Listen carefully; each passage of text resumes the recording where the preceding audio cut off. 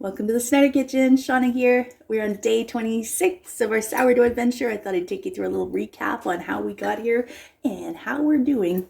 All right, Carl, the sourdough starter, is named by my son. He's looking fantastical, growing and bubbling and doing all that fun stuff, smelling like amazing bread. Lovely. Okay, so let me tell you how we got here. On day one, January 1st, I decided it's time to start my sourdough adventure that I have been dreaming of for literally years and researching and doing all the things. So we took a mason jar and we put in a 1/4 cup of bread flour and a 1/4 cup of whole wheat flour. And I just decided to go that route because I don't know, half and half. The whole wheat flour is really good for feeding your starter, so I thought that would be a good thing to use. And because I couldn't find rye flour anywhere, yeah, that's the route I took. So half and half, so a total of half a cup of flour and 1/3 of a cup of filtered water. And we put that in a jar, we mixed it up to about a pancake batter consistency, and we put it on the counter with the lid on and let it do its thing. Okay, so the next day, 24 hours later, we got rid of half of that. We dumped it into a jar. It was garbage. And we again fed our starter by putting in a 1/4 cup of the bread flour and a 1/4 cup of the whole wheat flour and a 1/3 cup of water. And we stirred it up and we put it on the counter overnight, etc., until we started to have some action, which is where this guy started to double in size.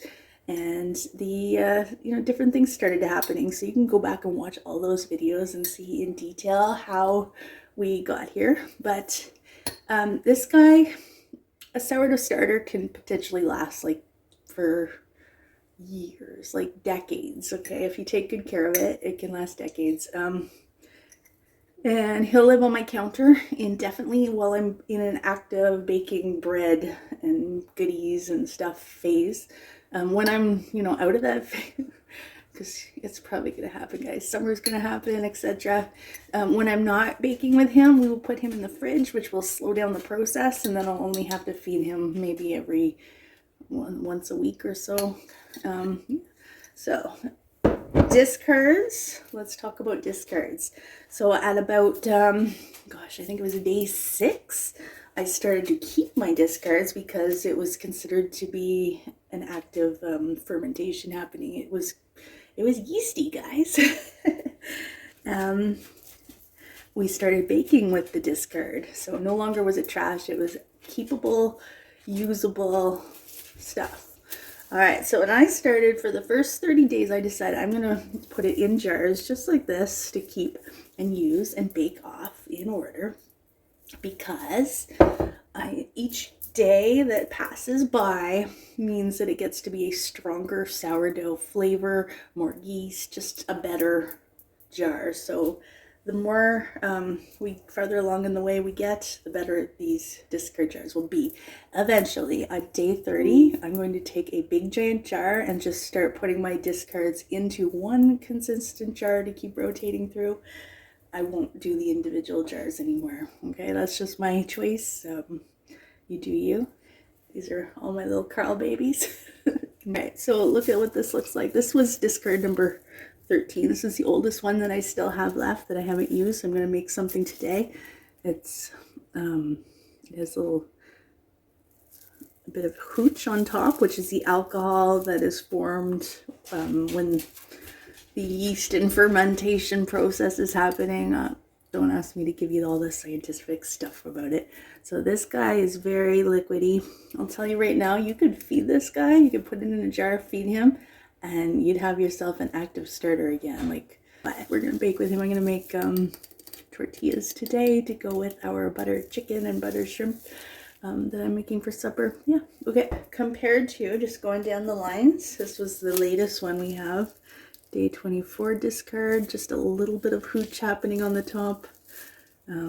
He's still pretty thick compared to this guy, which is like just completely watery and starving to death.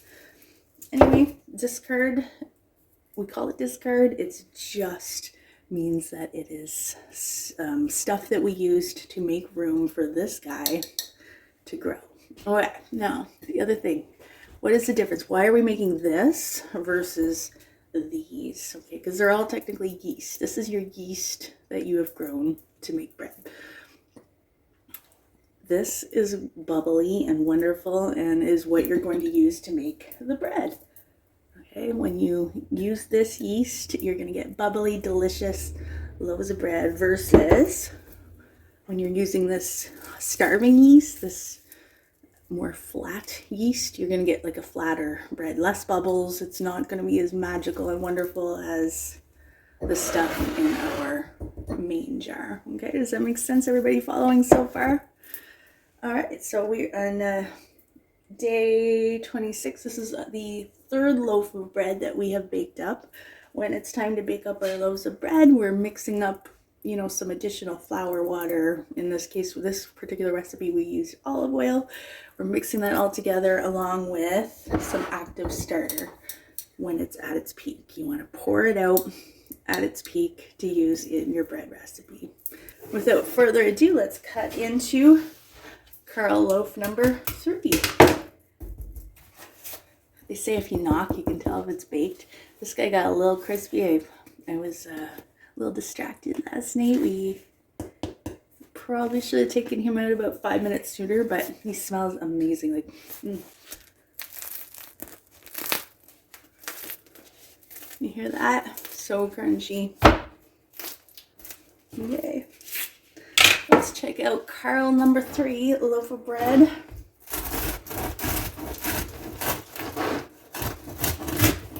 We baked him last night. Stayed up till around midnight baking. Yay, the big reveal. Get rid of some of the crumbs here. Oh, you look so good. Look at that. See all the bubbles and deliciousness. Oh, he looks amazing. And I feel like it's pretty soft. Let's see. Let's cut a slice.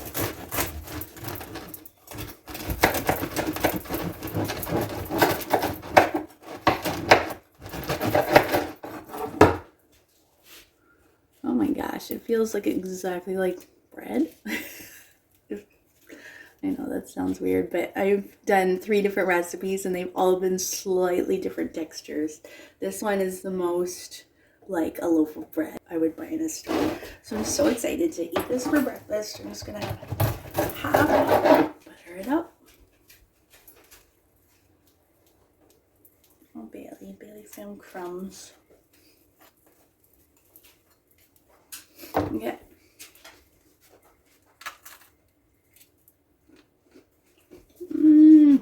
It's so good.